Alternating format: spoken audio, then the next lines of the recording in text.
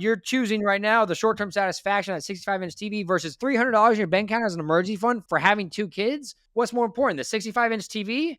My name is Katarius Allen, and I am 22 years old. What do you do for a living? I'm an order filler for a Walmart distribution center. And how long have you been doing that for? I've been doing that for a couple months. I started in February. Awesome. And how much do you make? An hour, I make $24.95 an hour. And how many hours a week are you working? 36 hours. 36 hours. Okay. So that's roughly $46,000 to $47,000 a year in gross income. Does that sound about right?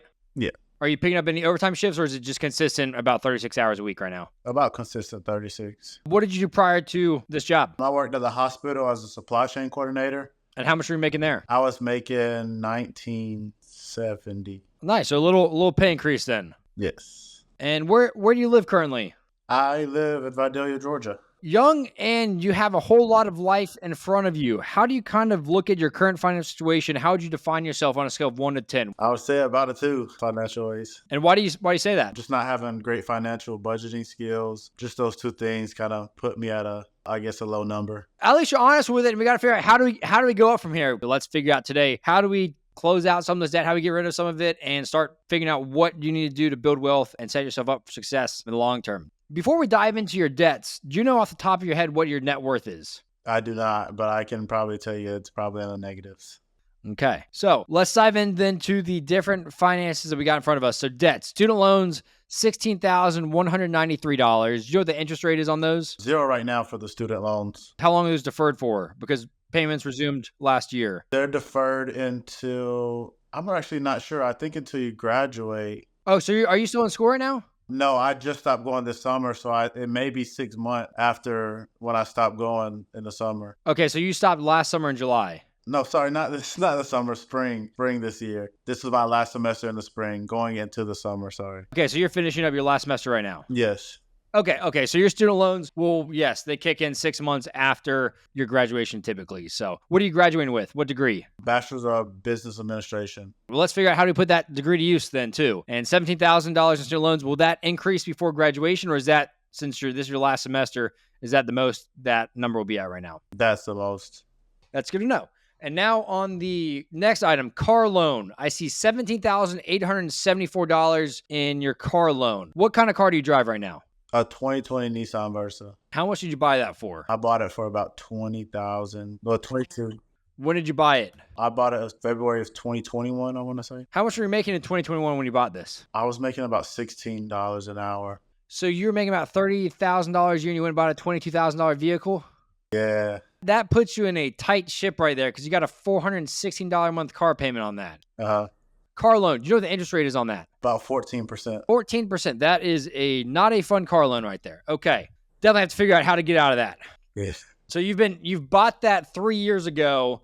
And so if you made basically close to 36 payments, so you paid about $15,000 on it and your balance has gone down like $5,000. Yeah. That is not fun to look at that amortization schedule. Okay, so other debt, $4,560. What is that other debt we have on the table? Oh, yeah, I have a credit card debt. I was dumb and I maxed out my credit card, which was like $2,000. And that is been put on a payment plan. And also I can't remember what the other debt was for. Man. $2,500 and we don't know what it is? Yeah, that's crazy. Terrence, that is a lot of money right there. Yeah, I'm trying to think. I'm assuming that's either got to be a personal loan or another credit card, if I had to guess. Yes, one is one. So yeah, it's actually 2 credit cards. You're right. One is $2,000 and one is actually $1,400. Okay, and then there's another $1,000 or something else, or is it just those 2 right now? It's got to be something else. We'll just put $4,500 between credit cards and other miscellaneous debts. Are those all in collections right now, or what is kind of the status of those? One of those are in collections. The $1,400 and the $2,000 is not. It's still on my credit report as loan. And is that credit card account closed, or is that still open? It's closed. Good. Okay. Ooh, Katarius. Okay, we got some debt then. We have $38,627 worth of debt. And then in terms of assets, you put your cars valued at about $12,075. Is that about the Kelley Blue Book value right now? Yes. Okay, so we're upside down in that vehicle about $6,000. Retirement accounts, you put $81.08. Non-retirement investments, we have $80. And then savings, you have $86.57 in your bank account right now. Yes. Is that how you are today? Do you have $86 in your bank account today, or is it a little bit higher, a little bit lower? It's a little bit higher now. Well, not for the savings because I took the money out of my savings and put it into my checking, but the balance total for my checking is higher, and also the 401k is higher now. Okay, so what is your 401k at right now? My 401k is $160. Okay. And then your checking and savings combined, what is that at about? Right now it's 278. 278. Okay, so up a little bit. So that brings our total assets to about $12,600, bringing your net worth to negative $26,000. Does that sound about right? Sound about right. And you've never calculated net worth before, didn't know what your net worth was. What is your initial reaction to that number? It's just horrible. It's kind of embarrassing to even like listen to, but I mean, it's sad. It's really. Well, hey, I got some positive news for you. The good news is you're young and you have time on your side. We can figure out how can we get out of the situation. And that's what I want to talk about today is how do we get you from this point right now out of 2 to getting out of debt, to start building wealth and not be living paycheck to paycheck, because you got a couple $100s in your bank account right now. That is not a safe spot to be in. If your car tire goes flat or brakes go out or something, you're out of luck. We got to figure out how do we change your current financial situation so that you can enjoy life, you can not stress about finances. Sounds like there's definitely some bad financial decisions that have been made over the last few years. We can't change those decisions, but we can change how do we look at the future? How do we change our outlook on finances moving forward so that you can enjoy life and start making changes today? So, but I can sit here and point out things that we can change. It really is up to you at the end of the day to decide, hey, do you want to do this or not? I'm curious from your standpoint, where would you like to go with your finances? What are your goals and aspirations? My biggest goal is savings right now. Just trying to save up money just so I don't have to worry if something like you said, if a tire runs out or change, I don't have to go beyond and put my car beyond wear and tear to wait until the next paycheck or something like that. I can just go ahead and get it done. Awesome. Okay, well, let's figure that out. And do you have any like big long-term goals in terms of finances? I plan to save up some money so I can start my own business. Like it's going to take a lot of money to save, but which will be long-term, about 10 to 15 years, I'm thinking, or maybe even 20 to just start my own business. Okay, I think that's a great goal. To figure out how you kind of got in this current situation, I want to kind of understand more about you, your upbringing, your childhood. Where'd you grow up and kind of how did your parents approach money growing up? Well, I grew up in Mount Vernon, Georgia. Money-wise, I never knew what their financial status was. Kind of growing up, like I was never taught about money or financial literacy at all. And so really, when I would ask for something, they would get it. If they didn't have the money, they would just let me know they didn't have the money. But growing up, I kind of had to do like my own research on what credit was or like how to build it and just money in general, what to do with it. And I just really didn't have any guidance that way. So I kind of like fell off with the money wise. Sounds like you did some research on credit and you tried to play the credit game, but it caught up to you when we got money in collections and $4,500 in credit cards locked up right now. So is there one or two financial lessons that you've kind of noticed from your parents going through life at all? Not really. Not something they've taught me.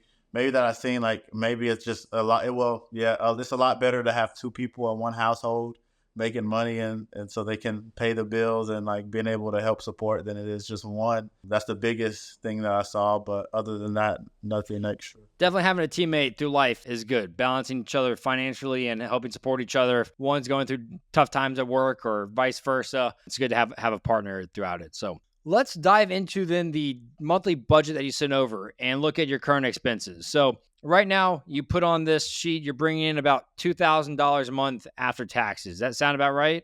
Correct. Okay, so you put $1,996 for income. Your rent, $425. Do you have roommates right now? No, I do not. Well, I have my girlfriend with me. Did y'all split rent? Yeah, we do.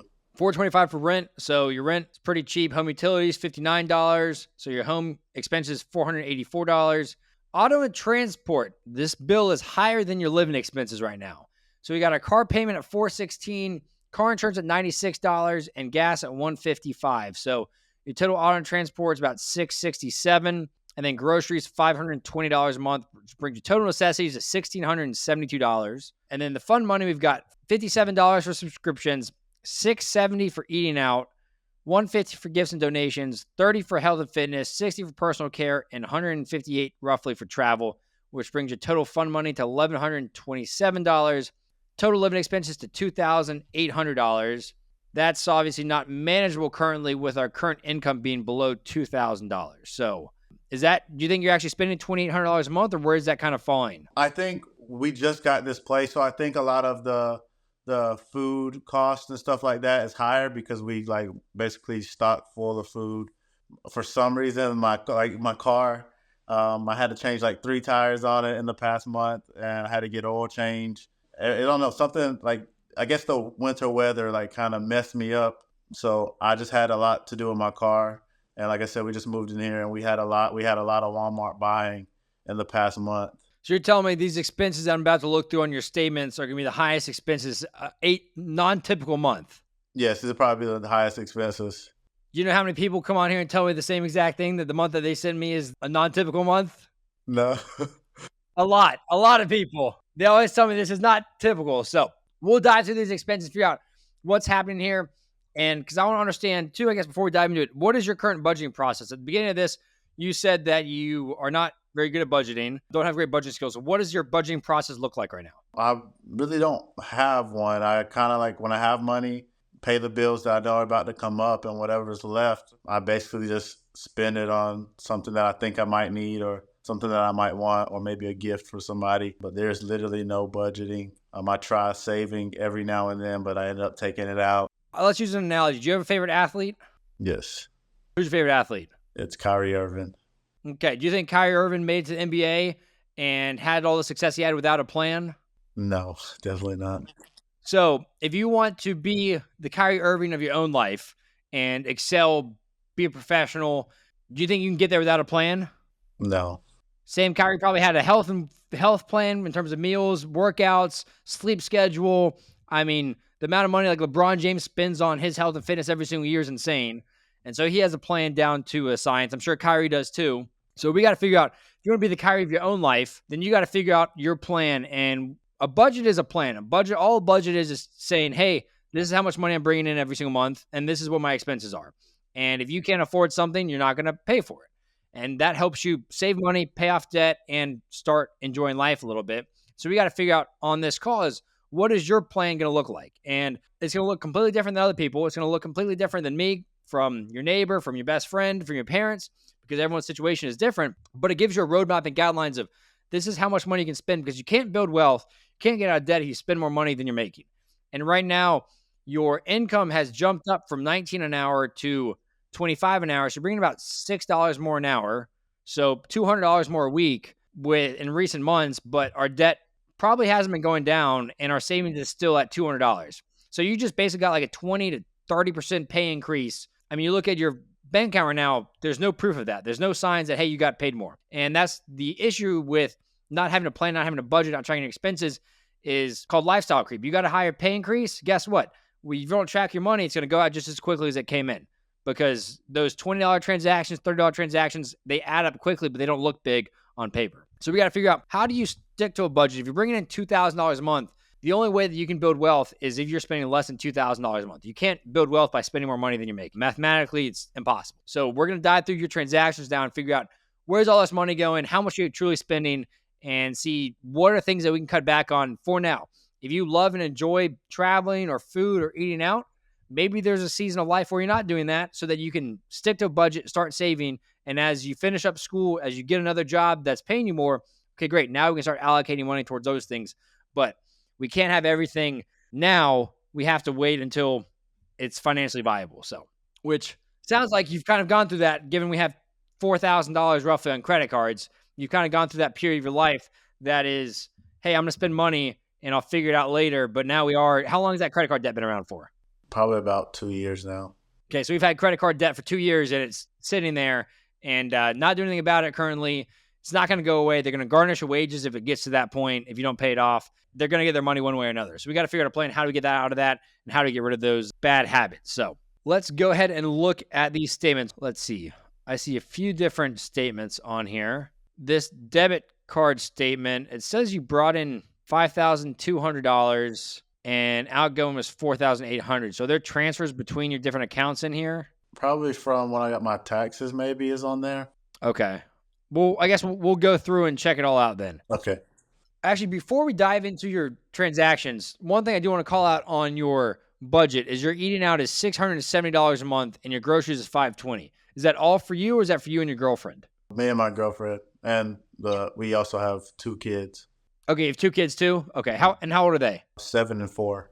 7.4. Okay, I was gonna say if you're spending $670 and eating out on yourself and $520 on groceries, that is a lot. But if you have kids, then that's a little bit more. Obviously, y'all split everything equally right now, or how does y'all's kind of finances work together? Utilities and rent and stuff like that, we split everything equally. Food is just, I guess, whoever feels like paying me most of the time. But And is she working as well right now? she is working. And are there plans of marriage or further relationship in the future? Yes, we're planning to get married in June. Okay, awesome. Are we saving for that wedding, or how are y'all paying for that wedding, or what does that look like right now? Okay, right now we're planning to get married in June at the courthouse. And so it's not going to be no big wedding then. But we plan to get married in April and March, like a wedding ceremony, not get married, but have the ceremony for, the wedding. Sweet. Well, that means we got to figure out how do we start budgeting, start saving, paying off debt to pay cash for that ceremony next year. But I'm proud of you for making that decision. Hey, let's get married at the courthouse this year. And when you can afford it, hey, let's do the big shindig with family and friends. So we're on these transactions. I see your payroll coming in for $931. We've got stuff at Walmart going out the door for $72. You have a Cash App for $264. You know what that is for? Yes, that's my child support that I have to pay on the 1st and 15th of every month. Okay, so is it $264 twice a month right now? Yeah, so $528 a month. Okay, so that's something that's not even included in the budget right now. So that's something we too, like looking at your monthly budget, that would go under necessities because you got to pay for that. So that would bring your total necessities truly up to $2,200 in total expenses alone when you add in that child support. Okay.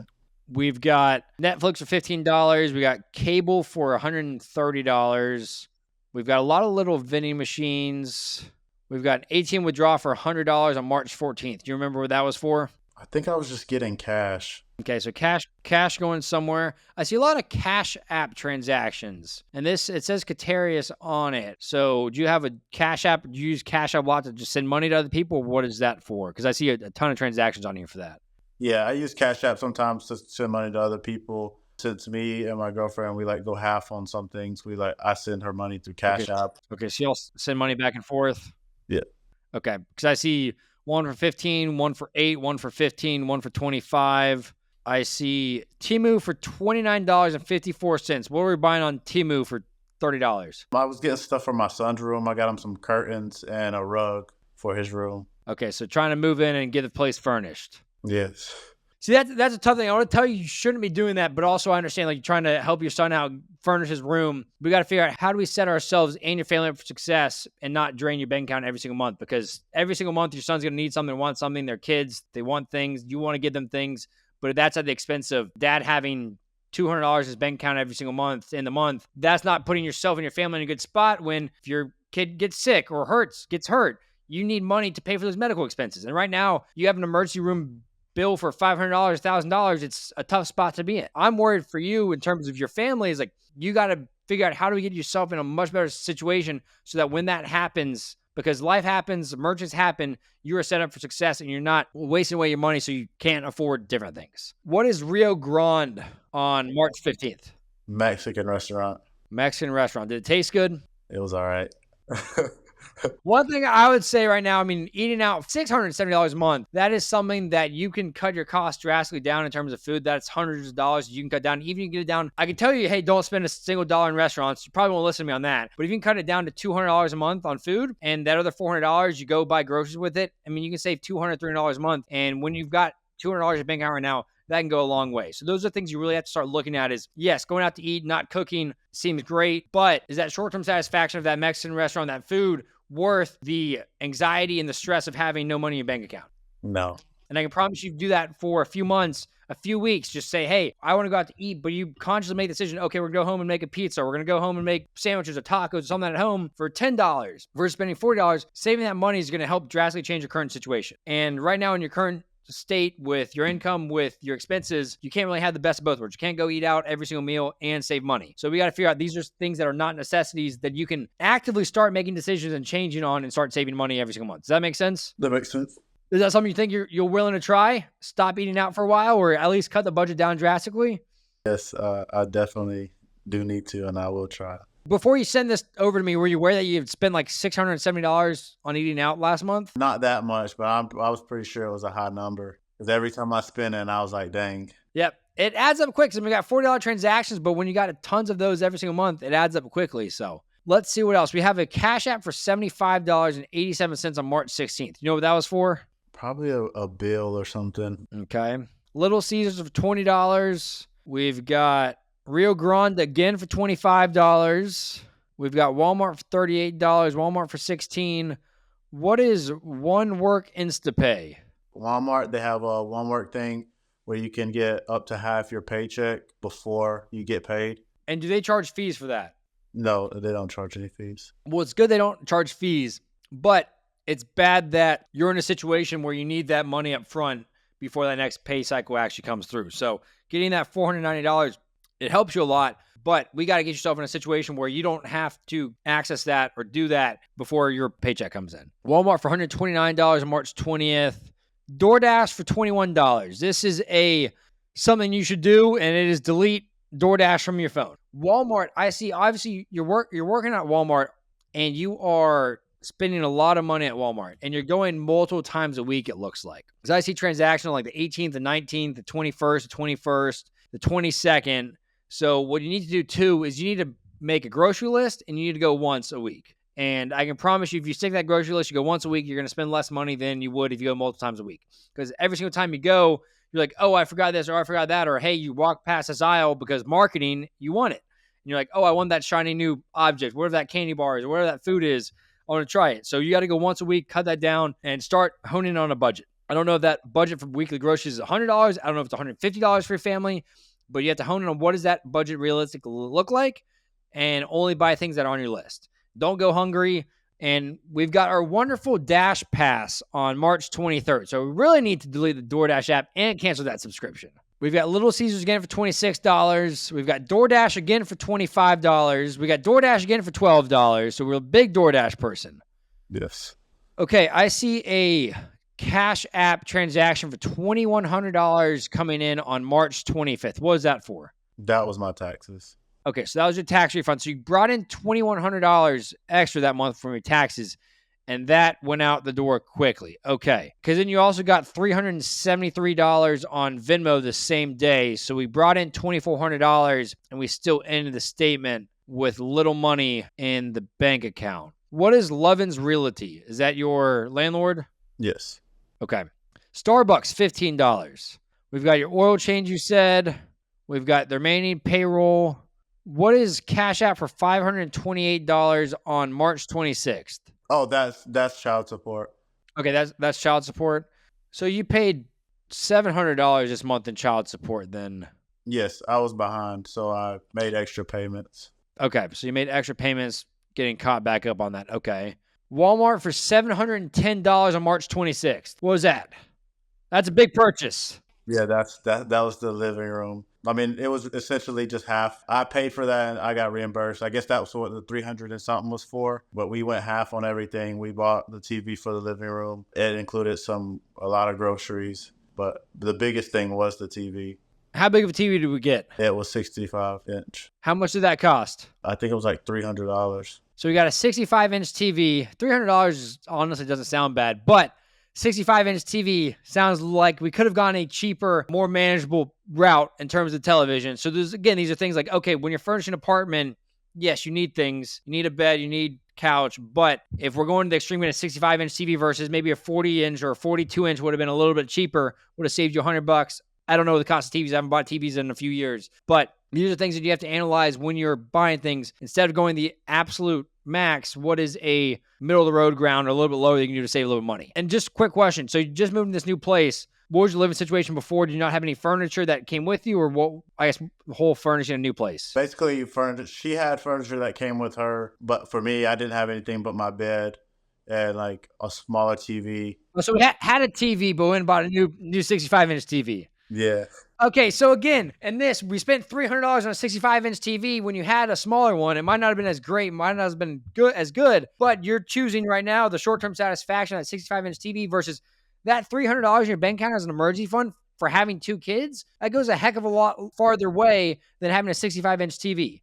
And so these are decisions you have to start making moving forward. Is what's more important, the 65-inch TV, or is having money and security for your family in case emergencies happen? Is that more important? And these are things they have to start analyzing, deciding what is more important to you.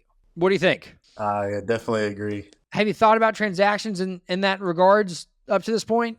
I have, but it's super hard trying to convince. I'm not going to use it as an excuse, but it is super hard trying to convince my girlfriend, like, maybe we don't need this. And she's like, yeah, we do need it. And I'm just like, all right, let's finish. And I understand it is difficult. And that's one thing, too, I highly recommend to you and her is if you're getting married this summer, you got to get on the same page about personal finances. And we'll talk about that a little bit more. One of the things that you can explain to her is, honey, I'm scared. I have $200 in my bank account and we have 2 kids. And if one of them gets hurt or my tire, I have to replace all my tires, like we can't afford to do that. We can't afford these things. And so, yes, I understand that we want this new TV or this new X, Y, and Z, but that terrifies me spending that money when we don't have money for any emergencies in our bank account right now. And so those are things you have to have those conversations. And obviously it's not easy. Finance is not an easy conversation to have, but that's something you definitely have to get on the same page of and start having those conversations so that you can start building yourself up from this current situation and protect you and your family long-term as well. Okay. Online court payments on March 27th for $262. Is that child support too, or is that something else? That was a traffic ticket. Traffic ticket. Okay, so miscellaneous section on the budget, $262. We've got Papa Buck's barbecue for $30. We've got Walmart for $55. We've got Walmart for $12. We've got some gas on here. Starbucks for $20. AT&T for $220. How many cell phones are on that plan? There are 4 cell phones. Why do we got 4 cell phones? My nephew's on my plan. Nephew, how old's your nephew? He's 19. 19. Does he work? He does. Does he pay you for it at all? Yeah, he pays me for his phone and his phone bill coverage or whatever. But using the kind of group discount a little bit, having an extra line. As long as he's paying you back, that's okay. And also because that helps teach him, okay, he's got to pay for his own expenses through life. Okay, Walmart again for $98. We've got Cash App for $60 to Miguel. What is that on March 29th? That's my haircuts. Haircut. Okay. So personal care budget. We've got Starbucks again for $25. We really like Starbucks here, it seems like. Starbucks again on March 30th for $10. We've got Walmart for $9. We got the Jacksonville Zoo for $146 on March 30th. Yes. And we've got Airbnb for $170 on March 30th. So we took a little vacation for $350 down to Jacksonville, it seems. Yes. And again, these are things right now in your current situation, current finances. These are things that are going to the zoo is fun. It's not a necessity, though. You don't need to go to the zoo to survive, to have a roof over your head. And these, again, are decisions that you need to start analyzing, deciding with you, with your girlfriend, with your kids, what's more important. Is it going to the zoo or is it going to find a free activity that you can go to the beach and go to a park for the day, you can go to the river and hang out and enjoy being outside together and save that $350? Because that $350 going to your bank account goes a heck of a lot further than spending on the zoo when you don't have any money right now. And right now, I'm worried for you because we got that entire tax refund in for $2,000, and we basically spent it all over the course of the next few weeks.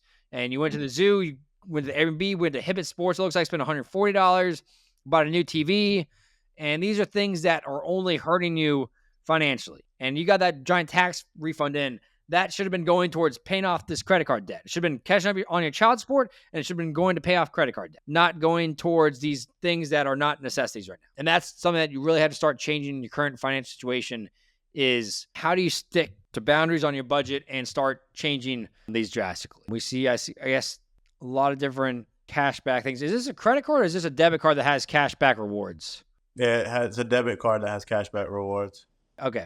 I see that now with Walmart, and you get some different cashback stuff there. So during this statement period, you had $5,262 come in your bank account, and we spent $4,851. So your ending balance on this statement was $411, but your beginning balance was $0. And that terrifies me for you because you have 2 kids. We had a giant increase in income because of the tax refund, and it all just went away. And so my biggest suggestions, I guess, for you right now would be financially is, one, we got a budget. With your expenses, you're moved in right now, you should have every single thing that you need. Is there anything else that you need that's a necessity that you haven't bought so far? No. Okay. So we need to get on a budget that encapsulates every single one of your transactions. And so I send you a baseline of a budget before that you filled out. You can use that. I can send you some other budgeting tools and resources as well. But you got to start setting the hard parameters on these things and do one that fit your current expenses, because between rent, child support, your auto and transport bill, and groceries, you're basically at over $2,000, and you're only making $2,000 a month. So I don't know what that looks like for you. I don't know if that looks like you got to find a second job on nights and weekends to work so you can get that up. I don't know if that looks like cutting groceries way down. I don't know if that looks like your girlfriend splitting groceries 50-50 with you if she's not already. I don't know what that looks like in your situation, but we can't get rid of the rent because you need a place to live. Can't get rid of child support. Can't get rid of car insurance.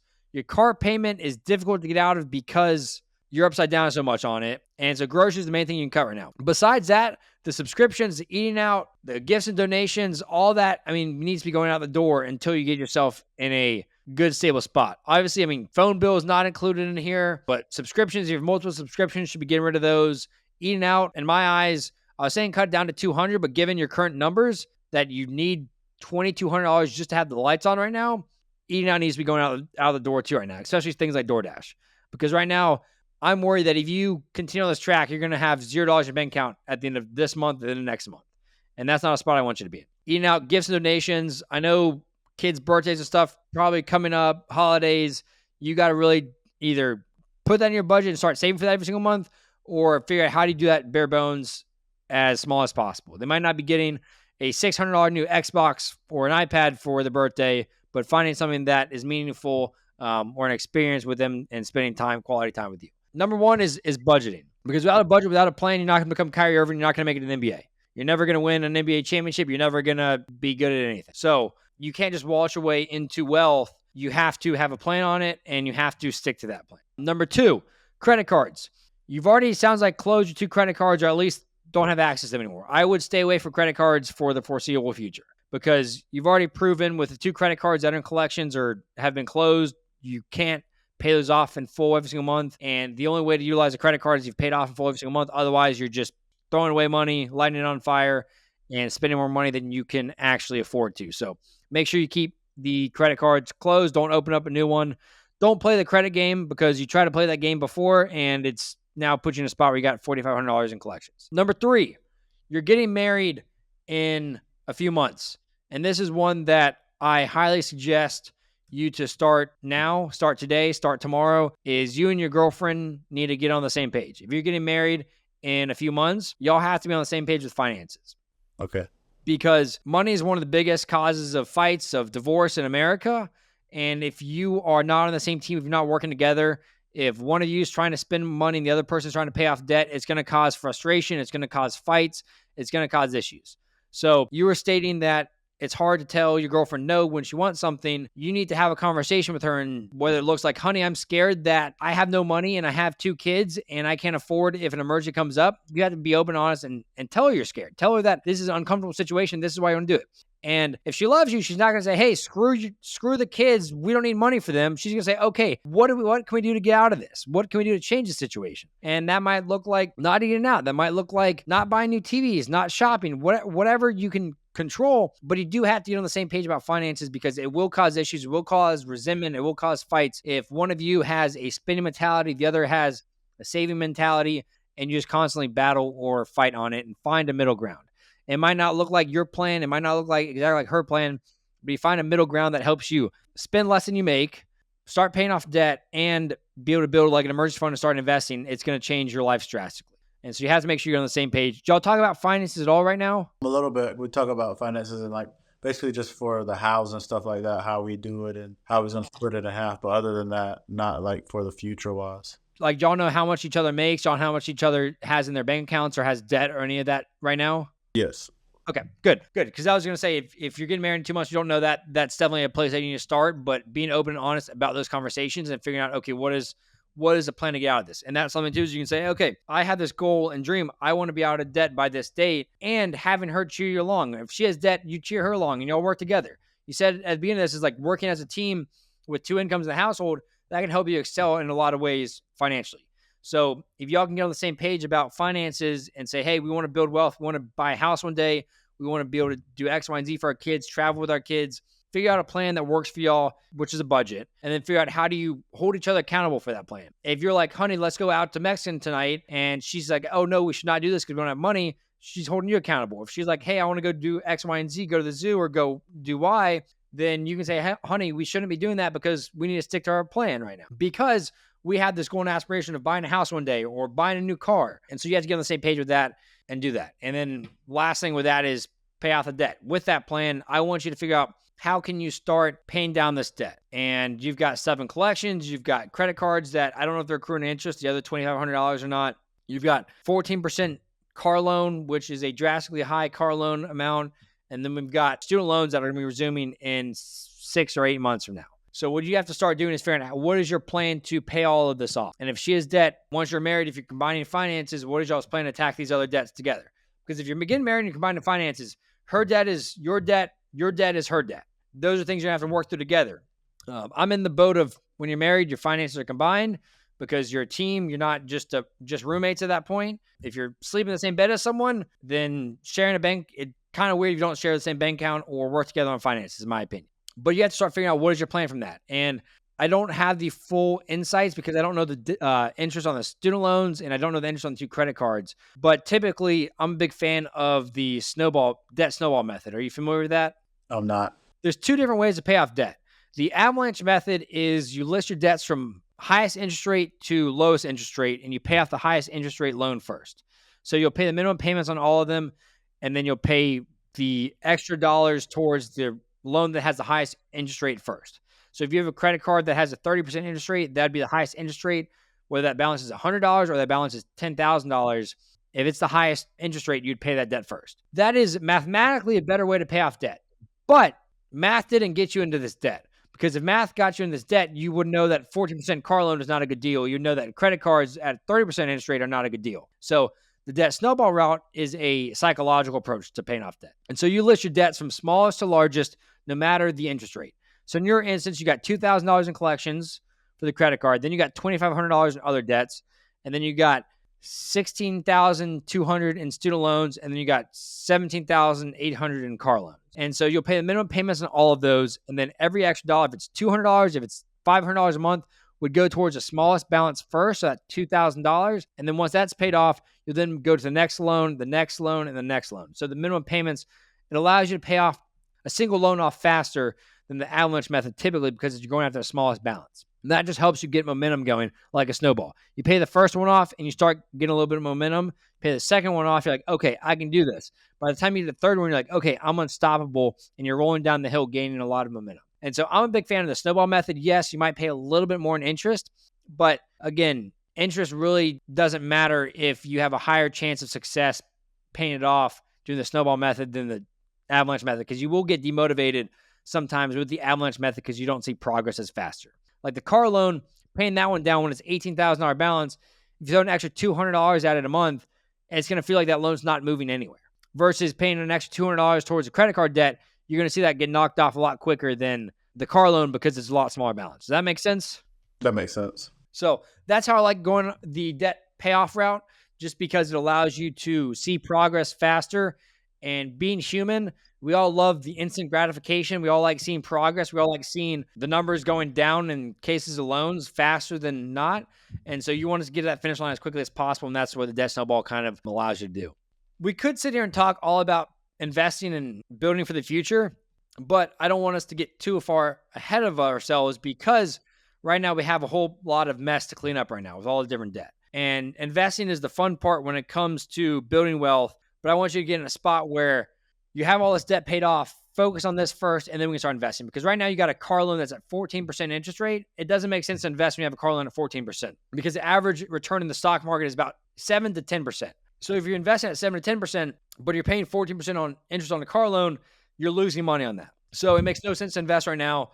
And I'll send you a lot of resources on how to invest, what to do. But the best thing you can start doing right now is while you're paying off debt and attacking the debt, you educate yourself about finances, about investing, about index funds, so that when you get all this debt paid off, then you can start figuring out, okay, what is my plan on investing for the future? Once the debt's paid off, you got to start figuring out an emergency fund as well, because you got kids, because you'll have a soon-to-be wife, and you've got a car. Expenses happen in life, medical emergencies, car breaks down, maintenance, whatever, you have to start saving for a rainy day. So once you get your debt paid off, the goal is to build a 3 to 6 months of emergency fund.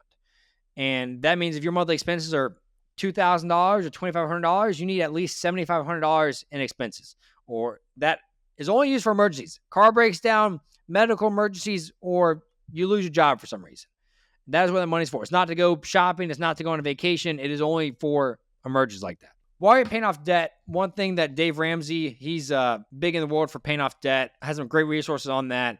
He says keep $1,000 in your bank account for an emergency so that you have that safety net. Because right now you got a couple $100. If you have to replace your tires, if you have a ER bill, you're not going to be able to foot that bill. So having $1,000 is not much for an emergency fund, but it's more than you have right now. So it puts you in a better spot. So I would build that up first, then start paying off the debt. And then once all the debt's paid off, then we start saving an emergency fund.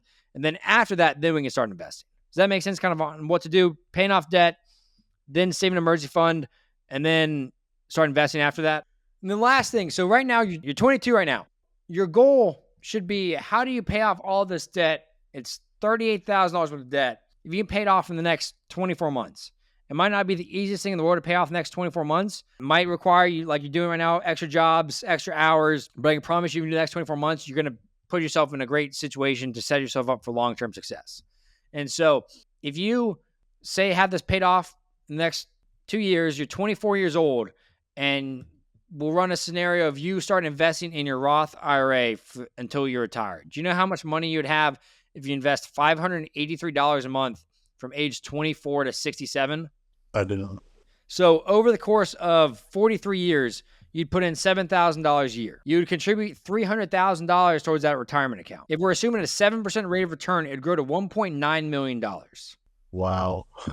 Yeah, and that is by putting away $583 a month from when you're 24 to 67 if you put in good index funds and in your Roth IRA. And so that means if you can get out of debt and you can pay off $2,000 or $1,000 to $2,000 a month each month for the next 2 years, and to get out of the situation with those extra jobs, with the new job increase pay and income, then I can promise you can also invest $600 a month after that fact until you're 67. If you can pay off over $1,000 worth of debt a month, then you can tune that back to $600 and be able to invest that easily. And that shows that if you start doing that, start paying off this debt today, start taking action over the next 2 years to get it paid off, then you can have the world as your oyster moving forward. $1.9 million, assuming a 7% rate of return, is a great spot to be in when you're 67. And that's accounting for inflation. I mean, the stock market typically returns about 10%. And so I'm accounting for 3% inflation there. So that's about purchasing power of about $1.9 million today. Some people might say it's not enough money, but it's a heck of a lot better than having $0. Heck of a lot better than having $200 in your bank account right now. So we got to figure out, how can we make this plan happen? How can we pay this debt off the next 2 years so that you can have $1.9 million or even more when you're retired, when you're 67? Because guess what? Social Security might not be here when you're 67. I'm 27 years old, and I don't think it's going to be here when I'm 67. So you have to start figuring out, how do you self-insure yourself? How do you save money so that you don't have to depend on the government? You have to depend on Social Security when you want to retire. Does that make sense? That makes sense. Does that number shock you? It does at one point.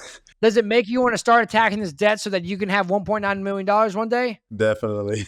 So let me paint you this picture. Say you decide that you're going to ignore every single thing that we talked about today. And you wake up one day, 18 years from now, when you're 40, and you say, actually, I'm 40. I want to start saving for retirement. You have $200 in bank account, and you have all this debt still. And it takes you, say, 2 years to clean it up. So you clean it up when you're 42 years old, which is 20 years from today. If you then decide to start investing $583 a month at that time at a 7% rate of return, guess what that $1.9 million would be worth? Because you waited 20 years. It'll be probably under $1 million. It'd be $472,000. Dang. So by waiting 20 years to start taking action on your finances will cost you over $1.5 million. And so that is why it's very important while you're 22 years old to start changing, start taking care of your finances. Don't go blowing your tax refunds. Don't go doing something stupid. Don't go going to the zoo and spending $400 on a vacation you can't afford. You got to start honing on your current financial situation and start paying off your debt so that you can start investing, because the longer you wait, every single year you wait, it's going to cost you more and more money. And if you wait until you're 50 to start investing, $200,000. And that's just not a spot I want you to be in. So every year it's going to cost you more and more money. So that's why it's very imperative you have to start taking action, start changing. Even just between 24 and 25, it's about $130,000 difference just by waiting an extra year. And so that is why you just have to start attacking this debt, start paying it off. It's going to pay off tenfold in your life if you can start making those changes today. Okay, sounds like a plan. That motivates you to start taking action, start paying off debt, and start changing your future? Yes, very motivating. And the beautiful thing is, if you do this, if you pay off this debt, as your kids grow up, you can start teaching them about finances. Start teaching them, hey, don't get into credit card debt. Don't go finance car at 14%. Let's pay cash for cars. Let's pay cash for items and not use credit cards. Let's go pay cash for vacations. And then guess what? You're going to change your family tree by paying off debt and investing. And you're going to change your kids' family tree and their kids' family tree by teaching and instilling those principles of paying off debt, saving money, and investing for the future is going to change your entire family tree moving forward. Okay. So last question for you. What did you think is the biggest financial mistake you've made in your life? Definitely the car. I would agree that is not a great situation, financing a $20,000 car making a little over $30,000 a year. That is tight. So I would tell some people, hey, if you could sell the car and downgrade to a cheaper car, that'd be a route to look at. But when you are $6,000 underwater on the car, it's a very difficult spot to get out of right now. Yeah. So I don't know if there's many options in that regard. There's options to refinance it if you can find some with a lower interest rate on it. I just don't know if you can find a lower interest rate of 14%. I don't know how or why your rate's that way with your credit score or whoever you went through, but those are options you look at too, is can you refinance that to a sub 10% interest rate? I don't know. Interest rates are pretty high right now, but that's something you should definitely look into as well, is can you refinance that for a little bit lower to bring that minimum payment down to give you a little more autonomy or cash flow in your budget with having a $400 a month car payment right now. So, and then you have to start really planning, how do you start accounting for student loans resuming in 6 or 8 months after you finish school? So what do you think is the biggest lesson you learned from this experience today? That I have been overspending and it needs to be cut out. And like, there's a lot of bigger decisions that I need to make versus, going out to eat or cooking. Like, in my mind, those were like small decisions, but they obviously grew to be huge expenses. So just changing my mindset is something that I took out of the biggest thing that I took out of this. What's up, guys? My name is Katarius and I got some great information from the finance podcast I was recently on. The key takeaways that I got from it, that I was spending way too much money and I had no budget and no plan to keep my finances in the right direction. So one of the biggest things that I plan to implement is creating a budget. Creating a budget so that I can be able to use my money more smartly. I definitely had a lot of mindset shifts in my talk with Bailey Grady, because my mindset was like, I get money, I spend it, I get it, I spend it, and I'm thinking I'm doing good, but I'm not watching my money. So I need to watch my money better and kind of eliminate a lot of my bad eating habits, because if I don't, then I could be in a worse trouble than I am now. My top goal to change my financial situation in the next 30 days is to create a budget. That's going to be my biggest thing, is creating a budget so then I can manage my money to watch where it's going and watch what's coming in and what's going out, so then I know what I'm doing stupidly. My top goal to change my financial situation over the next 90 days is to try and complete 3 or 4 little debts that I have, and starting small, knocking them out one by one, so that I may be over the next 90 days, I can knock out my total debt little by little. If you enjoyed this episode, watch another video. YouTube thinks this video on screen will be your favorite.